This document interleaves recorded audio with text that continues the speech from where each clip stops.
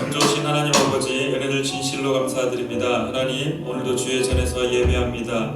이 전에서 드리는 우리 예배가 하나님이 기뻐 받으시는 귀한 산제사 될 수 있도록 주님 도와주시옵소서. 오늘도 함께 하심에 감사드리며 예수님의 이름으로 간절하게 기도하옵나이다. 아멘. 우리 시간에 같이 박수 치시며 구주의 십자가 보혈과 함께 찬양하겠습니다.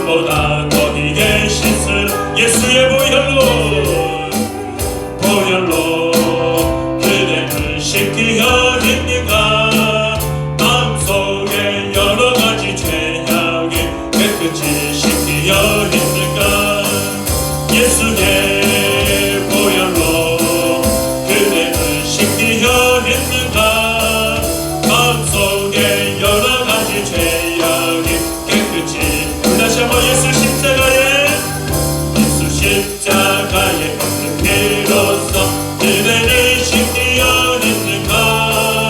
더러운 죄에게 하는 능력을 그대는 참으시 한 예수의 보혈로 그대는 씻기어냈는가. 마음속에 여러가지 죄악을 깨끗이 씻기어냈는가. 주 예수와 밤낮으로 늘 함께 그대는 행동을 하는가. 아무 때나 어디서나 그대는 십자가 붙들고 있는가. 예수의 보혈로 그대는 씻기어 있는가. 마음속에 여러가지 죄악이 깨끗이 씻기어 있는가. 주님 예수 다시 볼 때 그대는 영접할 제목이 있는가. 그대 몸은 거룩한 곳 천국에 들어갈 준비가 예수의 보혈로 그대는 씻기어 있는가. 마음속에 여러가지 죄악이 깨끗이 씻기어 있는가. 모든 죄에 더러워진 예 몸을 주 앞에 지금 나와서서 샘물같이 솟아나는 보혈로 눈보다 더 비게 씻은 예수의 보혈로 그대는 씻기어 있는가. 마음속에 죄악이 깨끗이 씻기어 있는가. 모든 죄에 더러워진 예 몸을 주 앞에 지금 나와서서 샘물같이 솟아나는 보혈로 눈보다 더 비게 예수의 보혈로 그대는 씻기어 있는가. 마음속에 여러가지 죄악이 깨끗이 씻기어 있는가. 아멘. 이 시간에 예배자 함께 찬양하겠습니다.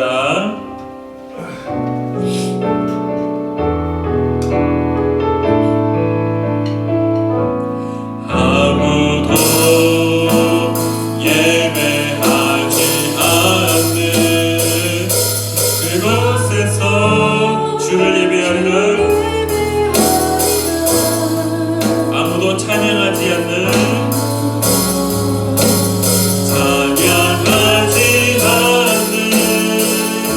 그곳에서 나 주를 찬양하리라.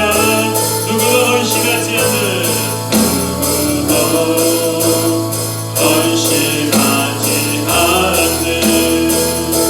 그곳에서 주께 헌신하리라. 누구도 증거하지 않는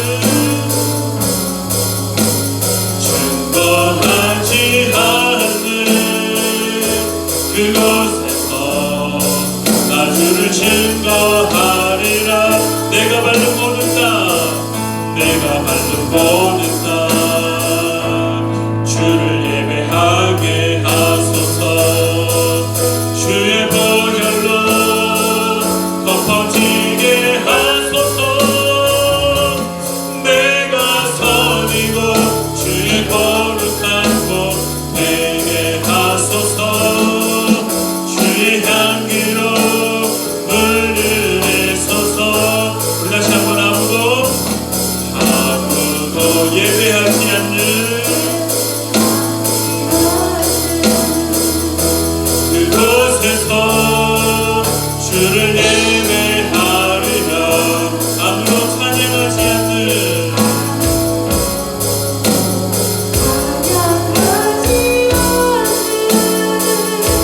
그곳에서 나 주를 찬양하리라. 누구도 헌신하지 않는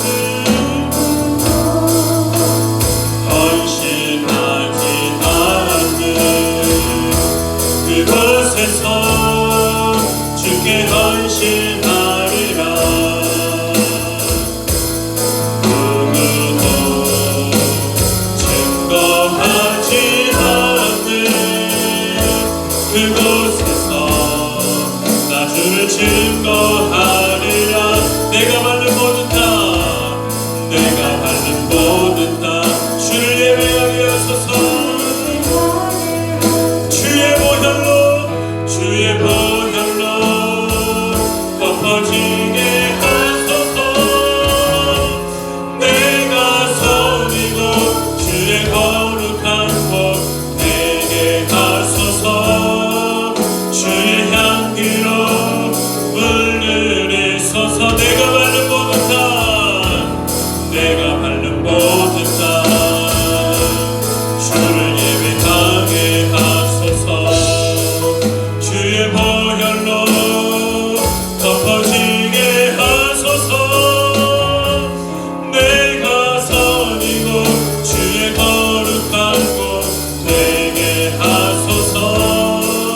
주의 향기로 물들이소서. 시간에 함께 기도하기를 원합니다. 시간에 기도할 때 먼저 오늘 예배를 위하여 기도하겠습니다. 이 예배가 하나님이 받으시는 귀한 예배 될 수 있게 달라고, 하나님이 주인 되시는 그러한 예배의 시간이 될 수 있게 달라고, 우리 두 번째로는 우리 푸른나무 교회를 위하여 기도하겠습니다. 이 교회가 예수의 이름만을 선포하며 이 교회가 그리스도의 그 반석 위에 세워진 교회 될 수 있게 달라고, 또한 이 교회에 한 영혼이 등록할 수 있게 달라고, 그리고 세 번째로는 여러분의 삶의 그 모든 자리 가운데 하나님의 은혜와 하나님의 그 놀라운 성령의 능력이 함께하여 달라고, 하나님의 다스림으로 살아갈 수 있게 달라고, 또한 우리 가정 가운데 아직 예수를 알지 못한 자가 있다면 속히 예수를 알게 해달라고, 또 가정 가운데 아픈 환자가 있다면 속히 치유해 달라고, 우리 주여 한번 크게 외치고 기도하며 나아가겠습니다. 함께 기도하겠습니다. 주여, 참으로 감사하신 하나님 아버지, 하나님 오늘도 우리가 주의 장 가운데 나아갑니다. 이전에 하나님을 찬양하며 이전에 하나님만을 높이오니 하나님 이곳 가운데 임재하시고 하나님 우리를 다스려 주시옵소서. 주님 아버지 아버지 아버지,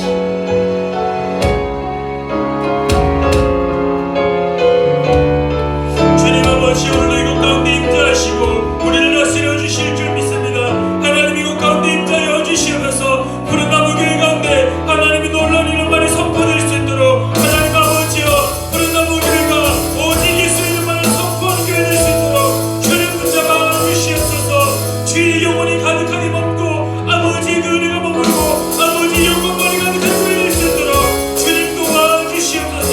오직 예수 그리스도가 모이는 기만이 이곳을 잡고 주실 줄 믿사오니 하나님 이곳 가운데 임재하시고 하나님 우리를 다스려 주시옵소서. 또한 사랑하는 푸른 나무 교회 모든 성도들의 그 삶 가운데 하나님의 은혜가 넘쳐날 수 있도록 주님 임재하여 주시옵소서. 주님 다스려 주시옵소서. 하나님의 우리 왕이심을 믿습니다. 왕이신 예수 그리스도여 이곳 가운데 임재하시고 또 우리의 그 삶 가운데 임재하셔서 우리를 다스려 주시옵소서. 왕의 다스림을 받는 예수 그리스도의 다스림을 받는 우리의 귀한 푸른 나무 교회가 될 수 있도록 주님 도와주시옵소서. 주님, 아직 예수를 알지 못한 사람이 있습니까? 우리의 가정 가운데 예수 그리스도를 알지 못한 자가 있으면 속히 예수를 그리스도로 고백할 수 있도록, 아픈 환자가 있다면 속히 치유받는 시간 될 수 있도록 주님 도와주시옵소서. 주님 아버지 아버지,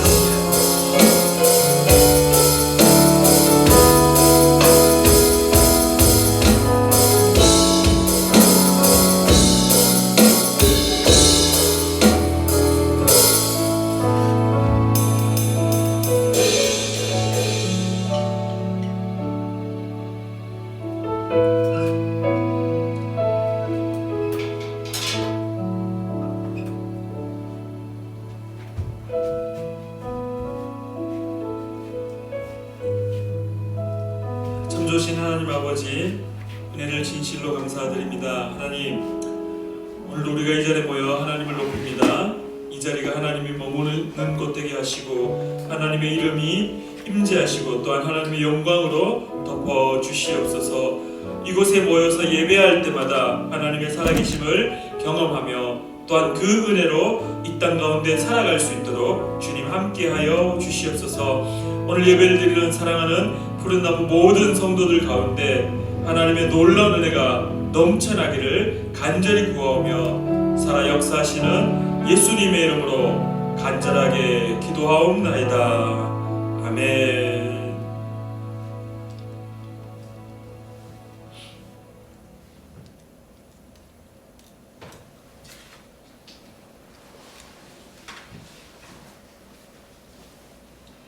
우리 시간에 성시교독 126번 우리 사순절 세 번째 사순절 3번 함께 교독하겠습니다.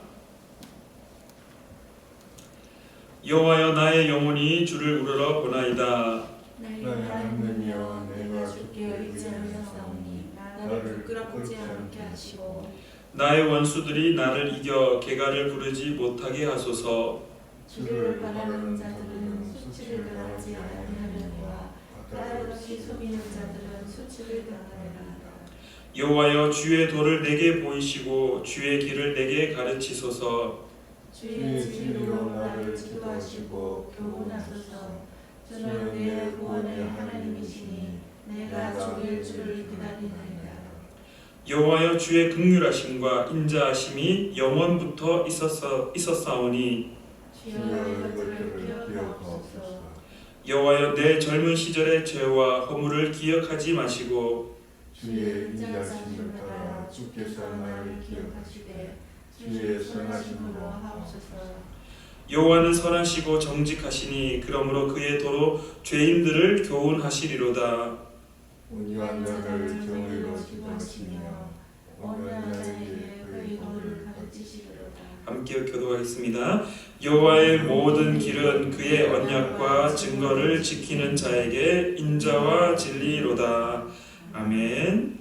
우리 성경 제일 앞에 있는 사도신경 우리 한 목소리로 읽으시며 우리의 신앙을 고백하도록 하겠습니다. 나는 전능하신 아버지 하나님 천지의 창조주를 믿습니다. 나는 그의 유일하신 아들 우리 주 예수 그리스도를 믿습니다. 그는 성령으로 잉태되어 동정녀 마리아에게서 나시고 본디오 빌라도에게 고난을 받아 십자가에 못 박혀 죽으시고 장사된 지 사흘 만에 죽은 자 가운데서 다시 살아나셨으며 하늘에 오르시어 전능하신 아버지 하나님 우편에 앉아 계시다가 거기로부터 살아있는 자와 죽은 자를 심판하러 오십니다. 나는 성령을 믿으며 거룩한 공교회와 성도의 교제와 죄를 용서받는 것과 몸의 부활과 영생을 믿습니다. 아멘. 우리 찬송가 461장입니다. 찬송가 461장 함께 찬양하겠습니다.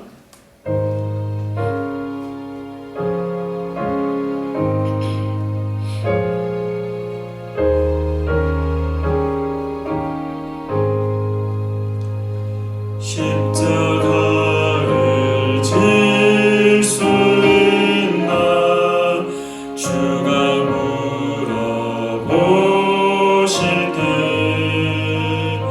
죽기까지 따르리 성도 대답하였다.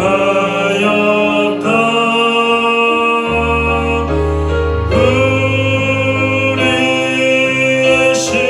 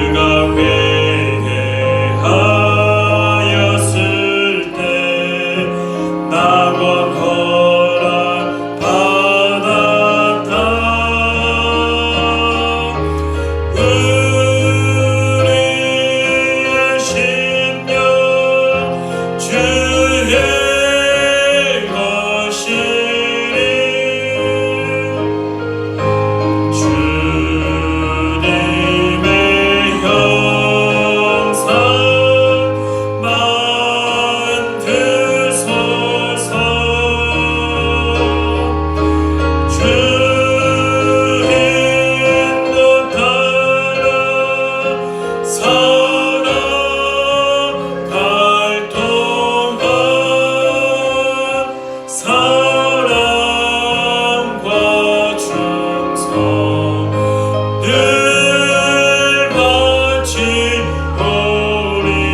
바치오리다. 걱정 근심 어두운 그늘 너를 둘러 덮을 때 주께 내 영 맡기겠나. 최후 승리 믿으며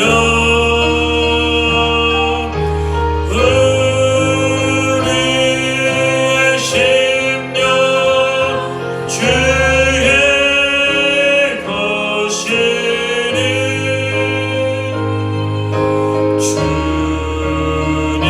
주님의 형상 만드소서. 주 행복하라. 살아갈 동안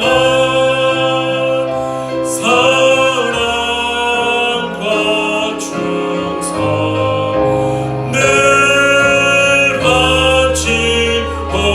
바치오리다. 이런 일 다 할 수 있나. 주가 물어보실 때 용감한 자 바울처 선뜻 대답하리라. 대답하리라.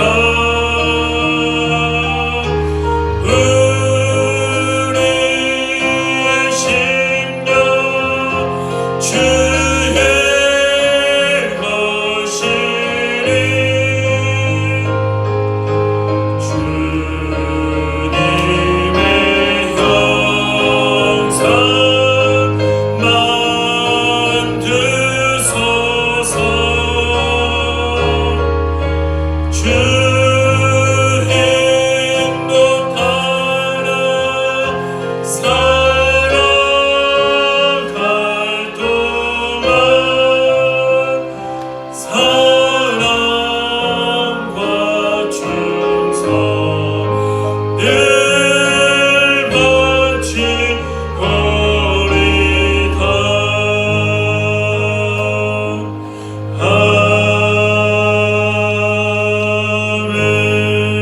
아멘.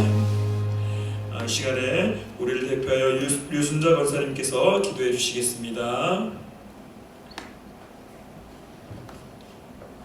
사랑의 하나님, 오늘도 거룩한 주일을 허락하시고 예배 드릴 수 있게 하심을 감사드립니다.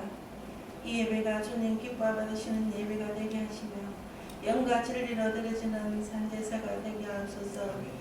부족하고 연약하여 주님 향기 나타내지 못했음을 고백합니다. 불순종한 저희들을 용서해 주옵소서.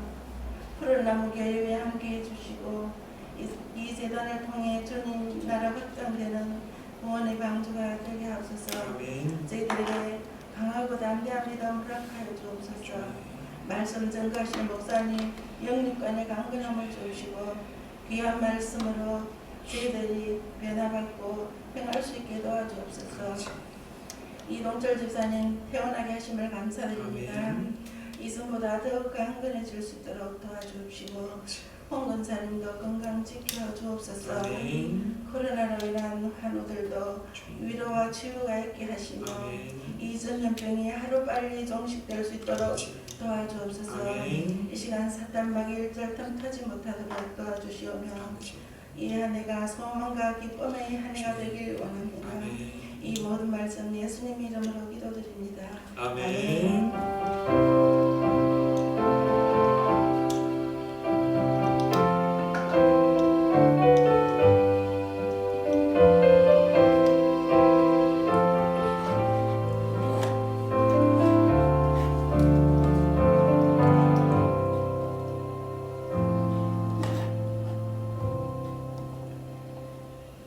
오늘 하나님 말씀은 마태복음 27장 32절부터 37절까지입니다. 마태복음 27장 32절부터 37절까지입니다. 마태복음 27장 32절부터 37절까지 제가 읽어드리도록 하겠습니다.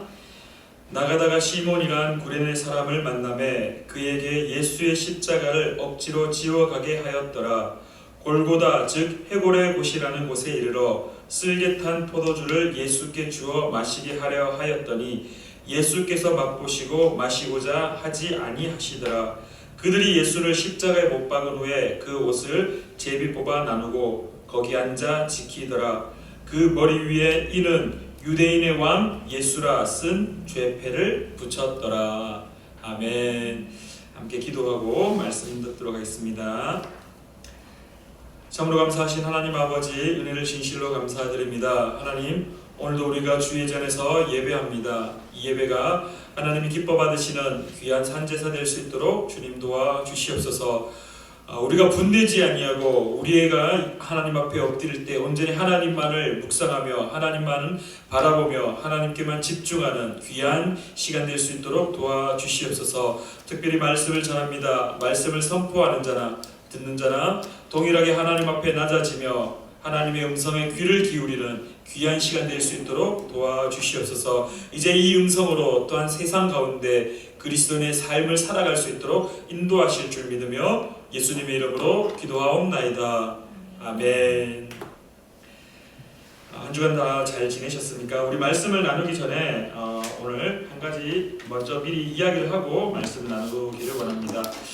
지난 수요일부터 이제 사순절이 시작되었습니다. 지난 수요일이 제 수요일이라고 해서 사순절을 시작하는 수요일이었고요. 오늘 이제 사순절 첫 번째 주일이 시작됩니다. 그래서 저희들 푸른나무 교회에서 사순절과 고난주간 경건훈련을 하려고 합니다. 그래서 여러분들에게 나누어드린 이 한 가지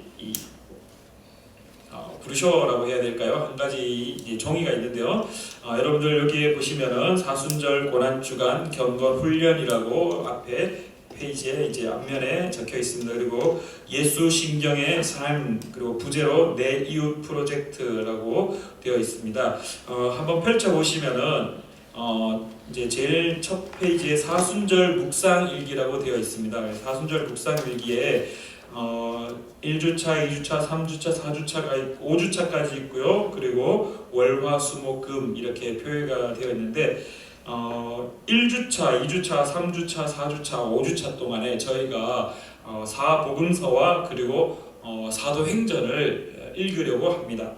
그래서 어떻게 하시냐 하면은 1주차에 보시면은 주기도문이라고 표기가 이제 기록이 되어 있습니다. 그래서 월요일 날, 내일이죠. 월요일 날 주기도문을 먼저 읽으시고 읽으셨으면 동그라미나 뭐 체크 표시를 하시고 그리고 마태복음 1장부터 14장까지 그냥 읽으시면 됩니다. 그리고 화요일은 또 주기도문을 암송하셔도 되고요. 저는 암송하는 것도 좋지만은 성경책을 펼치셔서 읽으셔서 천천히 그 말 속에 그 주기도문의 의미를 묵상하시면서 읽으시는 게 더 좋습니다. 그래서 읽으시고 그리고 마태복음 15장부터 28장까지 이렇게 읽으시면 됩니다. 그래서 1주차 이번 주에는 마태복음을 계속해서 묵상할 겁니다. 혹시라도 마태복음을 읽으시면서 뭔가 이렇게 기록을 하고 싶은 내용들이 있으시면은 그거는 이제 여러분의 개인 노트를 활용하셔서 이렇게 기록을 하셔도 되고요. 근데 저희 교회에서는 지금 나누어드린 이 묵상일기표에서는 그냥 주기도문을 읽으시고 동그라미, 그리고 마태복음을 읽으시고 동그라미 이렇게 하시면 되겠습니다. 그래서 1주차에는 마태복음 묵상입니다. 그래서 마태복음을 쭉 읽으시면서 주기도문도 같이 이렇게 하시면 되겠습니다. 2주차 때는 마가복음입니다. 주기도문은 역시 계속 하면 되고요. 3주차 때는 누가복음, 4주차 때는 요한복음, 그리고 5주차 때는 사도행전입니다. 그렇게 하시고 우리 고난주간에는 월, 화, 수, 목, 금 5일 동안 마태복음, 마가복음, 누가복음, 요한복음, 사도행전 하루에 한 권씩 그렇게 읽어갈 겁니다. 그래서 월요일날 주기도문 하시고 확인란에 동그라미 하시고 마태복음 다 읽으셨으면 또 동그라미 하시고 그래서 그 옆에 보시면은 고난주간 내 이웃 프로젝트라고 해서 확인란 옆에 기도 대상자라고 되어 있습니다. 그래서 기도 대상자에 여러분의 기도의 대상 특별히 아직까지 예수를 알지 못한 사람이 있다라면 그 분의 성함, 그리고 나의 기도가 꼭 필요한 사람이 있다라면 그분의 성함을 기록하시면 됩니다. 가족이든 그리고 친척이든 그리고 내 이웃이든. 그래서 우리가 지난번에 말씀을 통해서 선한 사마리아인 이야기를 하면서 내 이웃이 누구냐라고 했을 때 긍휼이 필요한 자, 그분에게 예수님이 오셨고 또한 그분에게 우리를 보내셨다라는 그 이제 이웃에게 우리를 하나님께서 보내셨다는 의미로, 그래서 내 이웃 프로젝트라고 해서 기도의 대상자를 선정하시고 그 선정된 사람의 이름을 쓰시고, 그리고 월요일 날 기도 제목 안에는 그분의 어떠한 부분을 위하여서 직접적으로 그분에게 너의 기도의 제목이 뭐냐라고 묻는 것도 좋지만 묻지 않으셔도 그냥 오늘은 이분의 건강을 위하여서 기도해야 되겠다. 오늘 이분의 삶을 위하여서 기도해야 되겠다. 오늘 이분의 가정을 위하여서 기도해야 되겠다. 오늘 이분의 직장을 위하여서 기도해야 되겠다. 오늘 이분의 하루를 위하여서 기도해야 되겠다. 이렇게 여러 가지의 기도의 모습들이 있습니다. 기도의 내용들, 그것들을 내가 오늘 이 사람을 위해서 이런 것들을 놓고 기도했습니다 라고 이렇게 기록을 해 주시면 되겠습니다. 자, 그리고 제일 마지막에 뒤편에 제일 뒷장 한번 보시겠습니다. 제가 제일 첫 번째 예수 신경의 삶이라고 되어 있습니다. 그래서 예수 신경이 뭔가, 예수 신경이 뭐냐면 우리가 사도 신경이라 해서 사도들의 신앙의 고백입니다. 사도들의 신앙 고백. 그래서 예수 신경은 예수님의 신앙의 고백. 예수님이 그럼 어떤 말을 했는가 보시면은 마가복음 12장 29절부터 31절까지입니다.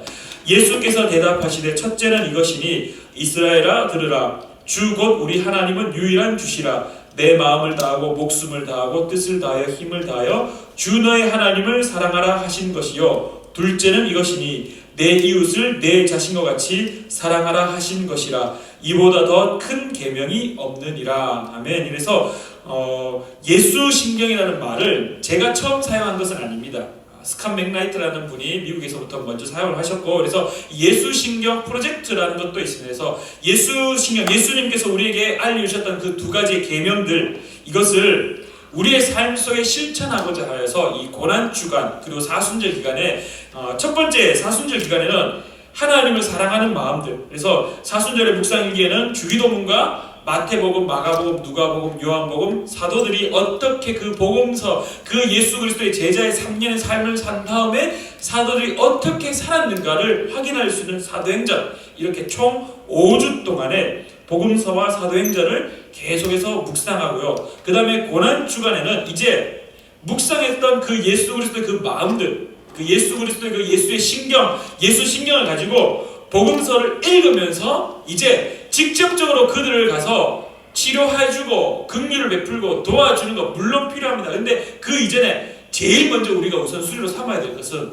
그 이웃, 내 이웃이 누군가 먼저 한번 돌아봐야 되는 거예요. 그래서 그 이웃을 선정하는 것, 그 이웃을 선정하고 그 이웃을 향하여 먼저 기도하는 것이 우리의 출발점이지 않을까. 그렇게 해서 사순절 동안에는 예수 신경에 나와 있는 것처럼 내 마음을 다하고 목숨을 다하고 뜻을 다하고 힘을 다하여 하나님을 사랑하는 것을 복음서를 읽음으로 익혀나가고, 그 다음에 내 이웃을 내 자신같이 사랑하라라고 했을 때 그 이웃에 대한 마음들을 우리 고난주간에는 기도함으로 실천해 보고자 합니다. 그래서 여러분들이 스스로 시간을 정하셔서, 그리고 시간을 정하시지 않더라도 하루에 일정 시간 꼭 1장부터 14장까지 15장부터 28장까지 이제 1주차 때는 그렇게 하루하루씩 읽어 나가시면 되겠습니다. 그래서 여러분들이 좋아하는 미디어들, 좋아하는 드라마들, 좋아하는 뭐 휴대폰, 유튜브들 조금씩 줄여셔서 그 시간에 말씀 앞에 나아가고자 하는 마음이 있으니까 여러분들이 함께 이 사순절 고난주간 경건훈련 프로젝트에 동참하기를 바랍니다. 그래서 우리 실시간으로 방송으로 보고 계시는 분들은 저희가 그 카카오톡에다가 이 내용을 올려놓겠습니다. 그래서 보시고 그것에다가 하루하루 매일매일 체크하시면 되도록 그렇게 할 수 있도록 하겠습니다. 그래서 교회 오실 수 있는 분들은 오시면 뒤에 배치가 되어 있으니까 가지고 가시면 되고요. 그리고 혹시라도 교회를 오기가 힘드신 분들은 제가 카카오톡에 단체 톡방에다 올려놓겠습니다. 그래서 그것을 보고 활용하시면 되겠습니다. 이렇게 꼭 사순절과 고난주간 경건훈련을 동참하셔서 우리의 신앙이 더욱더 성장하고 또한 사순절 기간에 예수 그리스도를 더욱더 묵상하는 그러한 귀한 시간 되기를 바랍니다. 오늘 말씀은 마태복음 27장 33절부터 37절까지 왜 십자가인가라는 제목으로 말씀을 좀 나누기를 원합니다. 제가 친하게 지내던 제가 학교를 다닐 때 신학교를 다닐 때 친하게 지내던 동생이 한 사람이 있었습니다.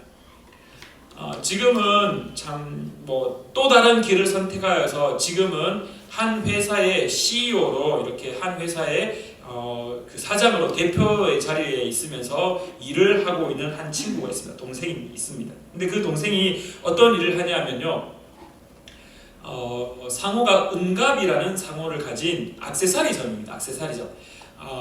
반지, 귀걸이, 먹거리, 펜던트, 이제 여성분들이나 남성분들이 즐겨 사용하는 그러한 액세서리를 이렇게 판매하고 있는 이제 기업을 운영하고 있는 친구가 있습니다. 근데 최근 들어 그 친구가 이제 그 동생이 이렇게 페이스북 SNS에 글을 하나 올렸는데요. 어떤 글을 올렸냐면은 자기가 이렇게 상품들을 참 많이 팔고 있는데 한 곳에 가게를 가진 것이 아니라 전국에 몇 개의 가게를 가지고 있습니다. 그래서 그 전국에 있는 여러 곳에 있는 가게에서 반품이 들어온 겁니다. 반품이 들었는데 어떤 것이 반품이 들어왔냐 하면은 참 안타깝게도 이 십자가 모형을 한 액세서리, 예를 들어 목걸이에 들어가는 십자가 펜던트라든지 아니면 귀걸이 십자가 모양의 귀걸이라든지 아니면 좀 더 큰 십자가 모형의 이 목걸이 이렇게 쭉 늘어뜨려서 할 수 있는 옷 위에 이렇게 장식할 수 있는 그러한 액세서리. 여튼 이 십자가의 모양의 십자가 형태의 액세서리가 이 반품이 참 많이 되었더라고요. 그러면서 이제 속사정을 이야기를 하면서 예수 그리스도를 믿는 이 교회가 지금 이 땅에, 이 한국 땅에 참 많이 아픔을 이야기를 하고 있었구나라고 이야기하며 아픔을 토로하는 이야기를 보았습니다. 예전에 한 앙케이트에서 가장 즐겨하는 액세서리가 무엇입니까? 라고 질문을 했을 때도 가장 즐겨하는 액세서리가 십자가라는 이야기를 설문조사에도 참 많이 나왔습니다. 그래서 액세서리 중에 십자가를 참 많이 사용하였고, 저도 지금 제가 목에 목걸이를 하고 있는데 액세서리가 십자가 펜던트를 하고 있습니다. 제 차에도 룸밀란의 나무 십자가 되어 있습니다. 많은 사람들이 십자가를 참 애용을 합니다. 그게 그리스도인이든 비그리스도인이든. 예전에 제가 어렸을 때 TV를 보는데 연예인들이 막 귀걸이를 십자가 귀걸이를 하고 나오고 목걸이를 십자가 목걸이를 하고 나왔길래, 와, 저 사람도 난 이제 교회를 다니는갑다, 그리스도인인갑다라고 생각했는데 어느 날 프로그램 보니까 자신의 종교가 이제 타 종교라는 것을 밝히더라고요. 그래서 이제 또 질문했던 겁니다. 왜 그러면 십자가 목걸이와 십자가 귀걸이를 했었습니까? 라고 물으니까 이뻐서 라고 이야기를 하는 모습을 발견했습니다. 여러분들, 요즘 젊은 사람들이 이제 많이 하는 액세서리 중에 한 가지가 이 피부에 직접적으로 그림을 그리는 것, 이 소위 말해 문신 아니면 타투, 헤나 이런 것들이 참 많이 이제 젊은 청년들이 많이 합니다. 근데 거기에 또 빼놓을 수 없는 문양이 뭐냐 하면은 십자가 문양입니다. 그래서 목에 이렇게 쫙 크게, 그리고 여러분들이 또 즐겨 보실지는 모르겠지만은 스포츠 선수들, 축구 선수들, 베컴이라든지 아니면 UFC 선수들 보면은 막 온몸에 문신을 하는데 그 온몸의 문신 중에 십자가 문신이 막, 베컴 같은 경우는 허리에 십자가 다 있고 팔뚝에 십자가를 해놓고, 축구 선수들, 유명 스포츠 선수들이 막 몸에 타투를 십자가를 하고 있는 모습들을 참 많이 봤습니다. 근데 알고 보면은 종교를 떠나서 그리스도인 이 교회를 다닌다는 그런 이유를 떠나서 그냥 즐겨하는 액세서리, 즐겨하는 문양, 즐겨 쓰는 타투의 문양으로서 십자가를 참 많이 사용을 합니다. 근데 왜 하필이면은 십자가를 그 사람들이 그렇게 좋아했고, 하필이면은 교회에서 이 십자가가 이 그리스도인들의 상징이 되었는가라는 질문을 해보면서 또 한 가지 더 질문하고 싶은 것은요, 왜 예수님이 십자가에서 죽으셨는가라는 문제입니다. 많은 이 죽음의 모습들이 있지 않습니까? 많은 죽음의 모습들이 있습니다. 돌에 맞아서 그 다음에 이렇게 끌려가서 그 다음에 뭐 요즘에서 이제 뭐 총살이라든지 아니면 약물을 투여한다든지 뭐 여러 가지의 방법들로 사형 선고를 합니다. 여러 가지의 모습들로 죽음을 맞이합니다. 근데 왜 하필이면 예수님이 십자가에서 죽으셨는가? 왜 십자가였는가? 왜 십자가일 수밖에 없었는가? 라는 질문을 여러분들과 함께 나누기를 원합니다. 여러분들 십자가는 이제 예수님이 돌아가셨기 때문에 그리스도인들만의 전유물인가? 라고 질문한다면 그렇지 않습니다. 십자가는 이미 그 이전부터 훨씬 전부터 십자가는 사용되었습니다. 원래 페니키아인들이 사용했었고요. 그 이전부터 십자가는 오히려 이 태양의 신에 떠오르는 모습, 그래서 그 T자 모형의 둥근 원형을 그려 넣음으로써 그래서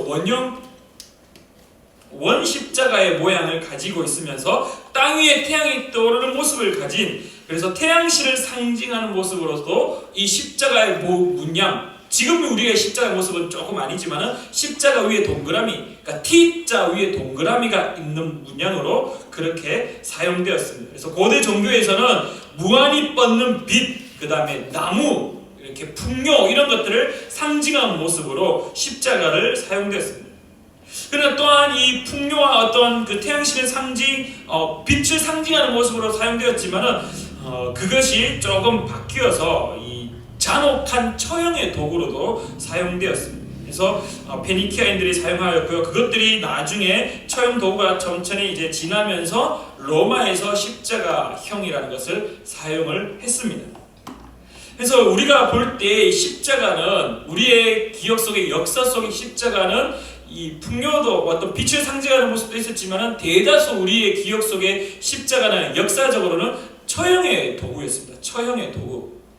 여러분들 우리나라에도 십자가 형태의 그 틀이 있었는데 혹시 언제 그 십자가 형태의 틀이 있었는지 기억을 하시는 분이 계신가요? 혹시 알고 계시는 분이 계신가요?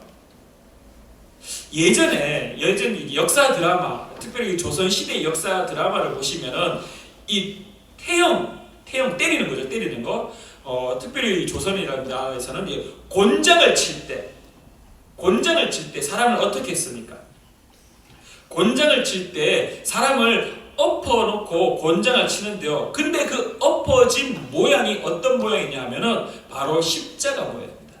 그 곤장 틀이 십자가 형태, 그 위에 사람을 펼쳐놓고 그리고 손을 묶고 다리를 묶고 그리고 이 곤장, 이 나무로 때려서 곤장, 태형을 했던 모습들, 우리나라에도 그렇게 이 태형을 할 때 십자가 틀을 사용했던 모습을 발견할 수가 있습니다. 그래서 십자가라고 그러면은 아주 전형적으로 부정적 의미, 이제 좋은 긍정적인 의미보다는 부정적 의미가 그 속에 참 많이 들어가 있습니다. 근데 왜 하필이면은 예수님이 십자가에서 돌아가셨어야만 됐었는가? 근데 예수님의 십자가에 돌아가셨을 때, 달리셨을 때 나무에 달리셨습니다. 나무. 골고다 길을 걸어가실 때 십자가 전체를 다 짊어지고 걸어가신 것이 아니라 이 이미 기둥은 올라가 있었고 이 가로목, T자의 가로목, 이 십자가의 가로목만 예수님이 짊어지고 올라가는데 오늘 본문 말씀에 구레네 사람 시몬이 이제 보였고 그리고 그 시몬에게 이 가로목을 짊어지게 했고 그리고 들고 골고다 길을 걸어 올라갔습니다. 십자가는 나무입니다. 나무. 근데 레위기에서의 말씀에 우리가 한번 보면은 조금 독특한 신명기 말씀입니다. 독특한 말씀이 있습니다. 신명기 21장 22절부터 23절에 보면은 사람이 만일 죽을 죄를 범함으로 내가 그를 죽여 나무 위에 달거든 그 시체를 나무 위에 밤새도록 두지 말고 그 날에 장사하여 내 하나님 여호와께서 내게 기업으로 주시는 땅을 더럽히지 말라. 나무에 달린 자는 하나님께 저주를 받았음이니라. 나무에 달렸다라는 말은 저주받은 자들이 나무에 달린, 특별히 하나님의 저주를 받은 자들이 나무에 달렸습니다. 여러분들도 나무에 달렸다라고 하면 떠오르는 사람이 아닌 사람이 있습니다. 혹시 인물 있습니까? 바로 하만 장군입니다. 하만 장군. 원래 누가 달려야 했었죠? 원래는 모르드기가 달려야만 했었는데 예서드의 어떠한 이 지혜로운 대처, 이 아수에로 왕 앞에서 지혜로운 대처를 통하여서 이 모르드게가 아닌 이 하만 장군이 그 나무에 달려 죽는 모습들. 그래서 이 유대인들의 입장에서 나무에 달려 죽는다라는 것은 하나님의 저주를 받은 것을 떠올리게 하고, 그것을 딱 보는 순간 불쌍하다, 저 사람은 하나님의 저주를 받고 죽었구나, 얼마나 많은 죄를 지었길래 저렇게 하나님으로부터 저주를 받는 저 나무에 달려 죽는 모습, 그것을 저렇게 당해야만 되는가. 그래서 나무에 달려 죽는 것은 결코 좋은 모습이 아니었습니다. 그래서 비유대인들이 보더라도 십자가에 달려 죽는 모습들이 긍정적인 모습이 아니라 부정적인 모습이었고, 유대인들 눈에서도 여전히 긍정이 아니라 부정이었습니다. 하나님의 저주를 받는 죽음이었기 때문에 그렇게 좋지만은 않았습니다. 자, 이 가지고 있는 사람들의 모습들 속에 유대인들이나 비유대인들이나 동일하게 십자가를 볼 때 나무에 달려 죽은 사람, 저 사람은 저주받은, 하나님으로부터 저주받은 사람, 또 비유대인들이 볼 때 저렇게까지 죽어야 할 죄를 지었는가? 라는 물음표를 던지면서 정말 극악무도한 죄를 지었구나. 제가 예전에 이 언급을 한번 하였습니다. 십자가에서 죽은 당시 비유대인 헬라인의 입장에서 십자가형을 당하는 사람들은 극악무도한 죄를 지었거나 정말 있을 수 없는 죄를 지었거나 아니면은 로마에게 반기를 든 사람들, 로마에게 이 로마의 다스림, 로마의 이 속국에서 벗어나기 위해서 독립을 꿈꾸는 사람들, 그런 사람들이 십자가형, 독립을 하지 못한 사람, 봉기를 일으키지 못한 사람, 그 다스림으로부터 벗어나려고 도전했다가 벗어나지 못했을 경우에는 최고의 형이 뭐였냐? 바로 십자가형이었다라는 겁니다. 그래서 유대인의 눈에 볼 때 십자가형, 나무에 달려서 죽었기 때문에 하나님으로부터 저주받은 사람, 부정적 의미. 그 다음에 비유대인들, 헬라인의 눈에서도 저 사람은 예수에 대한 소문을 아무도 듣지 못할지라도 그냥 십자가에 달렸다는 소리, 십자가에 달렸다는 이유만으로 그걸 보는 순간, 그 이야기를 들었을 때 딱 드는 느낌은 로마에게 도전했구나, 로마에게 로마로부터 독립하려고 뭔가 행동을 취했구나. 근데 그 행동 취함이 실패로 돌아갔구나. 그래서 저렇게 나무에 십자가에 매달려 죽었구나. 그래서 유대인이 보든 비유대인이 보든 그 십자가의 죽음은 그렇게 좋지 않은 거였습니다. 그냥 부정적 이미지가 강하게 둘러싸여져 있습니다. 그런데 왜 예수님은 이 십자가에 죽으셔야만 했는가? 왜 십자가에서 죽으셔야만 했는가? 자, 유대인들에게 죽음의 모습은 여러 가지의 모습들이 있습니다. 여러 가지의 모습들. 특별히 유대인들에는 지금 누구를 기다리냐 하면은 메시아를 기다립니다. 메시아. 말라기 시대 이후부터 약 400년간 동안 이 암흑기가 끝나고 난 다음에 이제 세례 요한이 나와서 어떻게 이야기합니까? 회개하라, 천국이 가까이 왔느니라라고 이야기합니다. 이 말은 다시 말하면 이제 메시아가 곧 오실 거다라는 겁니다. 이제 곧 이스라엘 땅이 회복될 거라고 말하는 겁니다. 이사야서의 말씀에, 그 예언의 말씀, 예레미야의 말씀들, 수많은 선지자들의 말씀에 따라서 무너져 내렸던 그 이스라엘이, 무너져 내렸던 그 예루살렘 성전이 다시금 회복되고, 다시금 다윗의 왕가에서 다시금 왕이 나서 이스라엘을 다시금 독립시키고 다시금 그 나라의 부흥을 꿈꿀 수 있는, 그래서 이스라엘의 독립을 꿈꿀 수 있는 메시아, 우리들의 다시금 온전한 왕이 올 거다라는 소리를 세례자 요한이 선포하는 겁니다. 회개하라, 천국이 가까이 왔느니라. 그 유대인들이, 그 이스라엘 백성이 들었을 때 기대감이 가득했습니다. 근데 예언서에 보면은 메시아는, 하나님의 종은 어떻게 죽느냐라고 이야기하면은 세상의 모든 사람들의 죄를 이스라엘의 죄를 짊어지고 가는 어린 양과 같다. 특별히 그 어린 양이 어디에 나타나느냐 하면요, 그 어린 양이 이제 레위기서의 말씀에 나오는데요, 아사셀 양이라고 있습니다. 아사셀 양. 아사셀 양은 대속죄일 날 이스라엘 속죄물로 염소 2마리를 가지고 옵니다. 그래서 이스라엘 회중을 위하여서 이 염소 2마리를 회막 문 앞에 데려와서 제비를 뽑습니다. 2마리 중에 1마리 한 마리 염소를 제비를 뽑습니다. 그리고 제비를 뽑고 난 다음에 하나를 하나님께 바친 속죄물로, 또한 하나는 아사셀을 위하여 바치게 됩니다. 하나님께 바칠 제물로, 번제 제물로 바치고, 그 다음에 번제 제물로 바친 다음에 모든 것을 정결케 한 다음에 이 대제사장이 그 남은 그 한 마리 염소 위에다가 손을 얹고 이스라엘의 모든 죄를 그 염소에게 전가시킨 겁니다. 네가 이스라엘 백성의 모든 죄를 짊어지고 갈 거다라고 전가시키고 난 다음에, 그리고 이 염소를 어떻게 하냐면 광야로 그냥 보내버립니다. 광야로 떠나버립니다.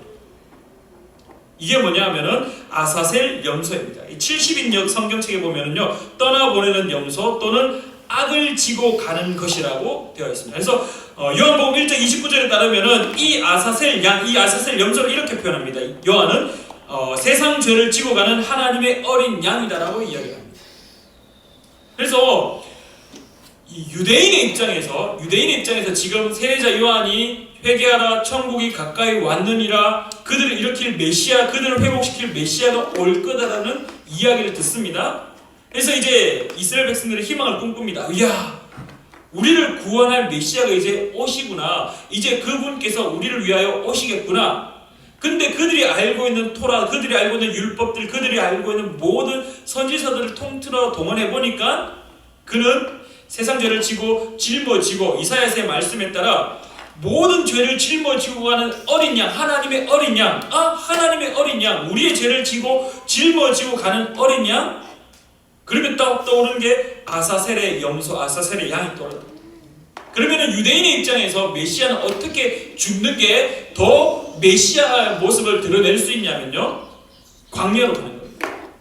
광야로 가서 십자가에서 죽음이 아니라, 십자가의 죽음, 나무에 매달려 죽는 거는요, 하나님의 저주를 받는 겁니다. 하나님의 저주를 받는 거예요. 유대인의 입장에서 메시아의 죽음의 모습은 어떠해야 되냐 하면은, 유대인의 입장에서 메시아의 죽음은 오히려 그들이 더 확 와닿을 수 있는 메시아는 어떤 모습이냐 하면요, 아사셀 양과 같은, 늘 구약 성경에 어린 양, 하나님의 어린 양, 우리의 죄를 짊어지고 가는 그 하나님의 어린 양에 대한 이야기가 나와 있기 때문에, 우리의 죄를 짊어지고 가는 어린 양은 어떻게 죽어야 되느냐? 광야로 가야 되는 겁니다. 광야로. 예를 들어 예수님이 만약에 죽을 때 십자가를 짊어지고 죽는 것이 아니라, 십자가 위에 달려서 죽는 것이 아니라, 나무에 달려 죽는 것이 아니라, 오히려 세상의 모든 사람, 그 유대인들의 죄를 짊어지고, 그들의 죄를 짊어지고 광야로 떠나서, 홀로 광야로 떠나서 그 광야에서 생애를 마감하고 죽음을 맞이했다라면, 오히려 유대인의 입장에서는 저가 진짜 우리의 메시아이구나, 저가 진짜 하나님의 어린 양이구나, 저가 진짜 우리의 왕이시구나라는 사실을 더 깊이, 더 많은 사람들이 깨달았을 겁니다. 왜? 이미 그들의 이 율법들과 그들의 선지서들과 그들의 많은 이 구약의 성경을 통해서 머릿속에 이미지와 각인되어 있는 모습의 메시아는, 각인되어 있는 하나님의 종은, 이사야의 예언서에 나와 있는 하나님의 종은 그렇게 어린 양, 짊어지고 죽는 어린 양, 아사셀 염소, 아사셀 양과 같은 모습이었을 때 더 빨리, 더 많이, 더 확고한 이미지를 가질 수 있다는 겁니다. 근데 여기 문제점이 하나 있습니다. 그렇게 만약에 예수님이 죄를 짊어지고 이 광야로 가서 생애를 마감하셨다라면, 그리고 부활하셨다라면 문제가 하나 발생합니다. 무슨 문제? 바로 유대인들에게만 제한되는, 유대인들에게만 국한되는, 유대인들에게만 한정되는 왕. 그래서 오늘 마태복음 복음서에 유대인의 왕이라고 되어 있습니다. 유대인의 왕. 만약에 예수님이 광야로 죽음을 맞이하러 떠났다라면, 죄를 짊어지고 광야로 죽음을 떠났다라면, 아사셀 염소와 같은 모습을 가졌다라면 하나님의 어린 양 떠올렸을 거고, 저가 곧 우리의 왕이시구나라는 것을 깨달았을 겁니다. 그러면 그들 유대인에게는 메시아라는 게 정확하게 와닿을 수 있는 이미지입니다. 반대로 비유대인들, 반대로 헬라인들, 반대로 유대인이 아닌 그 모든 사람들에게는 딱 제한되어, 유대인들에게만 오신 하나님의 어린 양으로서 생애를 마감하게 됩니다. 근데 여러분들, 그렇게 하지 아니하고 예수님은 십자가를 길을 걸어가십니다. 또 십자가에 대한 이야기를 다시 한번 더 해보면 십자가는요, 그 로마 당시에 로마의 힘의 상징이었습니다. 로마 힘의 상징. 모든 사람들이 그 로마 십자가를 볼 때 십자가를 보면은 우와, 로마가 그렇지, 로마가 결국 저렇게 이겼구나. 많은 사람들이 독립을 꿈꾸고 많은 사람들이 로마의 다스림 앞에서 벗어나고자, 나는 로마의 다스림이 필요 없습니다, 나는 로마인이 되기 싫습니다, 나는 로마의 다스림이 아니라 또 다른 무언가의 다스림을 원합니다. 그래서 그 로마를 벗어나려고 도전했지만 결국에는 실패해서 십자가에 죽었다. 십자가를 볼 때마다 로마의 힘이 어마어마하구나, 저 로마의 힘을 벗어날 수가 없구나, 저 로마의 힘을 벗어날 수가 없구나. 그래서 십자가의 또 다른 모습은 로마의 힘의 상징이었습니다. 그래서 언뜻 보면 예수님 역시 십자가에서 죽으셨다는 것은 언뜻 보면은 예수님도 로마의 힘에 굴복당한 것처럼 보여집니다. 아니요, 굴복당했죠. 다 모든 사람들 눈에는 굴복당한 겁니다. 모든 사람 눈에는 굴복당합니다. 심지어 이제 유대인의 눈에조차도 네가 우리의 메시아가 아니라 결국에는 우리를 독립시키지 못한, 결국에는 우리를 회복시키지 못한, 결국에는 이 땅 가운데 하나님 나라를 선포만 했지 이루지 못한 그러한 한 청년, 그리고 십자가에 매달림으로 이야, 역시 로마의 힘은 너무 무섭구나, 로마의 힘이 지금 최강이구나, 더 이상 그 앞에 도전할 수 없구나, 도전해서는 안 되구나. 유대인의 눈에 로마의 힘이 더 부각되었고, 또 한 가지 더, 이 신명기의 말씀처럼 결국엔 저 청년도 하나님의 저주를 받아 나무에 매달려 죽었구나. 그리고 헬라인 비유대인들 눈에도 저 예수라는 청년, 나무에 저주받고 죽은 청년으로 그냥 각인되어 버리는 모습. 근데 죽음까지였다라면 오히려 예수님의 십자가라는 이 선택이 결코 좋은 선택은 아니었을 것 같습니다. 죽었다면, 그냥 거기에서 끝났다면, 죽음으로 끝이 났다면 예수님이 이 십자가를 선택한 것이 그렇게 긍정적 선택은 아니었던 것 같습니다. 근데 예수님이 어떻게 하십니까? 3일 만에 부활하십니다. 3일 만에 부활하셨습니다. 부활했다는 말은 우리가 다른 말로 승리하셨다라고 이야기합니다. 승리하셨다. 어디에서 승리하셨다? 우리는 죽음에서 승리하셨다는 의미를 참 많이 부각합니다. 근데 진짜 승리는 죽음에서 부활했는데 그 죽음이 어디로부터 시작되었느냐라는 거죠. 그 죽음은 로마입니다. 로마 힘에 압제당하고, 로마 힘에 압도당하고, 로마 힘에 죽임 당하였다는 겁니다.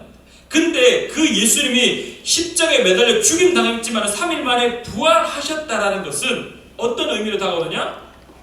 결국에는 예수님이 그 로마의 압제, 로마의 힘, 그 로마 힘의 권력의 상징이었던 그 십자가, 그것을 다 무너뜨려버리고 로마 힘 위에 섰다라는, 부활의 의미가 바로 그렇게 되는 거예요. 그래서 부활의 의미는 우리가 다시금 이야기를 하고, 오늘은 왜 십자가에 선택했는가? 유대인들의 눈에 메시아는 오히려 광야로 짐을 지고 죄의 짐을 지고 광야에 가서 죽으면은 유대인들의 메시아라는 사실을 더 부각할 수 있습니다. 근데 그렇지 않고 십자가를 선택했습니다. 비유대인들의 제한시키는 것이 아니라 비유대인들의 모든 사람들, 이스라엘 백성의 죄만 짊어지고 가신 것이 아니라 세상의 모든 사람들의 죄를 짊어가고 그 모든 사람들의 왕으로 오셨다는 사실을 부각시키기 위해서 예수님은 십자가를 선택하셨다는 겁니다. 다른 죽음의 방법들이 많이 있습니다. 그러나 예수님의 십자가는 왜 십자가였는가라는 질문의 답은 유대인들에게 국한된 것이 아니라, 유대인들만 제한시켜 그 나라의 왕으로 오신 것이 아니라 유대인들뿐만 아니라 모든 사람들. 그래서 바울 사도가 바울 사도의 서신서를 통하여서 왜 예수님이 십자가를 선택했는가에 대한 이야기를 들을 수 있습니다. 갈라디아서 3장 13절입니다. 갈라디아서 3장 13절에 이렇게 되어 있습니다. 그리스도께서 우리를 위하여 저주를 받은 바 되사 율법의 저주에서 우리를 속량하셨으니 기록된 바 나무에 달린 자마다 저주 아래에 있는 자라 하였습니다. 유대인들 눈에는 예수님이 나무에 매달려 죽었다라는 것, 그 저주받은 거라. 신명기의 말씀에 따라 저주받아 죽은 자, 그래서 그는 우리의 왕이 아니다라고 이야기를 하고 그를 메시아로 받아들이지 못하는 상황. 왜? 그들의 이미지 속에는 죄를 짊어진 사람, 하나님의 어린 양은 광야로 가서 죽어야 되지, 오히려 그게 더 우리에게 메시아라는 이미지를 각인시켜 줄 수 있는데 그렇지 않고 나무에 달려 죽었다. 근데 바울 사도가 그들을 향하여서 이렇게 이야기합니다. 그리스도께서 우리를 위하여 저주를 받은 바, 예수님이 죄가 있어서 나무에 달려 죽은 게 아니다.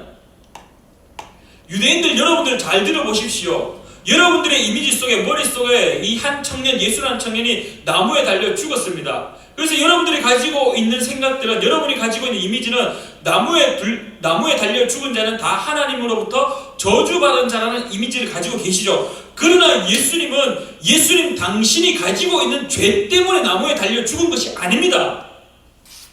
여러분의 죄 때문에 나무에 달려 죽으셨습니다. 이게 갈라디아서 3장 13절의 메시지라는 거예요. 나무에 달려 죽은 자가 하나님의 저주를 받은 자 맞습니다. 근데 예수님은 자신의 죄 때문에 나무에 달려 죽어서 저주받은 것이 아니라 여러분의 모든 죄 때문에, 여러분의 모든 죄를 짊어지고 아사셀 염소처럼, 하나님의 어린 양처럼 모든 사람들, 유대인들의 죄만 짊어지고 죽은 것이 아니라 유대인들 죄뿐만 아니라 그 죄를 넘어서서 세상에 있는 모든 사람들의 죄까지 다 짊어지셔야 되니까 광야로 가신 것이 아니라 나무에 달리셨고, 그 십자가, 로마 그 시대의 모든 시대의 힘의 상징이었던 로마 십자가에 달리셨고, 그러나 3일 만에 부활하심으로 그 십자가를 오히려 예수 그리스도의 부활의 상징으로, 기독교의 상징으로, 그리고 오히려 예수 그리스도의 십자가를 볼 때 로마 힘이 떠오르는 것이 아니라 예수님의 죽음과 나를 위해 돌아가셨다는 그 예수님의 죽음과 나를 위해 3일 만에 부활하셨다는 그 사실, 그 팩트가 떠오른다는 것. 이제 오히려 십자가가 로마의 것이 아니라 오히려 그리스도인들의 것이 되어버렸다는 것. 그래서 오히려 이제 그 십자가를 볼 때마다 로마 힘의 상징이 떠오르고 그것이 압도하고 그것을 우리를 다스린다는 것이 아니라 십자가를 볼 때 예수님이 진짜 우리의 왕이시구나. 유대인들 유대인들뿐만 아니라 세상에 있는 모든 사람들, 헬라인들, 유대인들 싹 다 모든 사람들의 왕으로 오셨다는 사실. 왜 십자가인가? 예수님은 유대인들의 왕으로 오신 것뿐만 아니라 세상의 모든 사람의 왕으로 오셨기 때문에 그 모든 사람이 무섭고 벌벌 떠는 그 십자가 이미지를 바꿔치기 해버려요. 그래서 바울 사도의 서신서를 읽을 때마다 들려오는 이야기는 십자가는 로마 힘의 상징이 아니라 여러분들을 위하여 죽으신 예수 그리스도, 그리고 3일 만에 부활하신 그 예수 그리스도. 그래서 십자가는 우리의 것, 십자가는 이제 로마 힘을 물리치시고 승리하신 예수님의 것, 우리의 왕으로 오신 분의 상징인 십자가입니다라는 사실을 계속해서 던져주고 있습니다. 사랑하는 푸른나무 교회 성도 여러분들, 왜 십자가인가라고 질문하신다면 십자가일 수밖에 없었다는 것. 그 시대의 힘을 다시금 예수 그리스도가 왕으로 오셨다는 사실을 선포하기 위하여서 십자가에 죽으셨다는 사실. 그래서 이 사순절 기간에 여러분이 복음서를 읽을 때마다 왜 세상의 죄를 짊어지고 가는 하나님의 어린 양, 광야로 가지 아니하고 십자가의 나무에 달려 죽으셨을까? 그 이유는 유대인들의 왕으로 뿐만 아니라 이제 우리들 모든 이방인들, 세상에 있는 온 세상에 있는 모든 사람들의 왕으로 오셨다는 사실을 드러내기 위하여서, 보여주기 위하여서 십자가에 못 박혔다는 사실을 기억하는 저와 여러분 되기를 간절히 기도합니다. 기도하겠습니다. 참 좋으신 하나님 아버지, 은혜를 진실로 감사드립니다. 하나님, 오늘도 우리에게 은혜를 주시고 이 사순절 기간 가운데 예배하게 하심 더욱더 감사드립니다. 하나님, 이 사순절 기간 이제 시작됩니다. 특별히 예수 그리스도의 그 십자가를 기억하고 유대인의 왕으로만 오신 것이 아니라 온 세상에 우리의 왕으로 오셨다는 사실을 꼭 기억하는 한 주가 될 수 있도록 주님 도와주시옵소서. 함께하여 주심에 감사드리며 예수님의 이름으로 기도하옵나이다. 아멘. 우리 시간에 더 원합니다 찬양 드리시면서 준비한 예물 하나님께 드리겠습니다.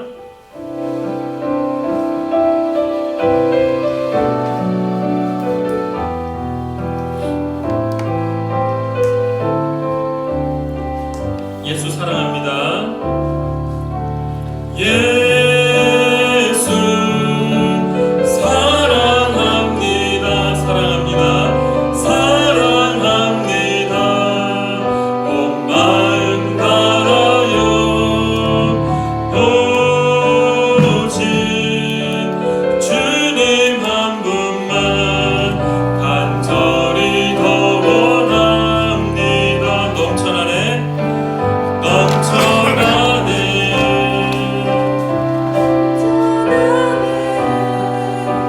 주를 향한 내 속에 갈망이 주님께로 나를 끌어주소서 주님을 더 원합니다. 함께 기도하겠습니다. 참 좋으신 하나님 아버지 은혜를 진실로 감사드립니다. 하나님 오늘도 우리에게 베푸신 하나님의 은혜에 감사를 드립니다. 매일매일의 삶 속에 하나님께서 허락하시는 그 놀라운 은혜로 말미암아 살아갈 수 있음을 고백합니다. 하나님 늘 하나님의 은혜가 우리의 삶 가운데 충만하기를 간절히 구하오니 하나님 도우시고 인도하여 주시옵소서. 하나님 또한 하나님께서 허락하신 은혜에 감사하여 정성스럽게 예물을 드립니다.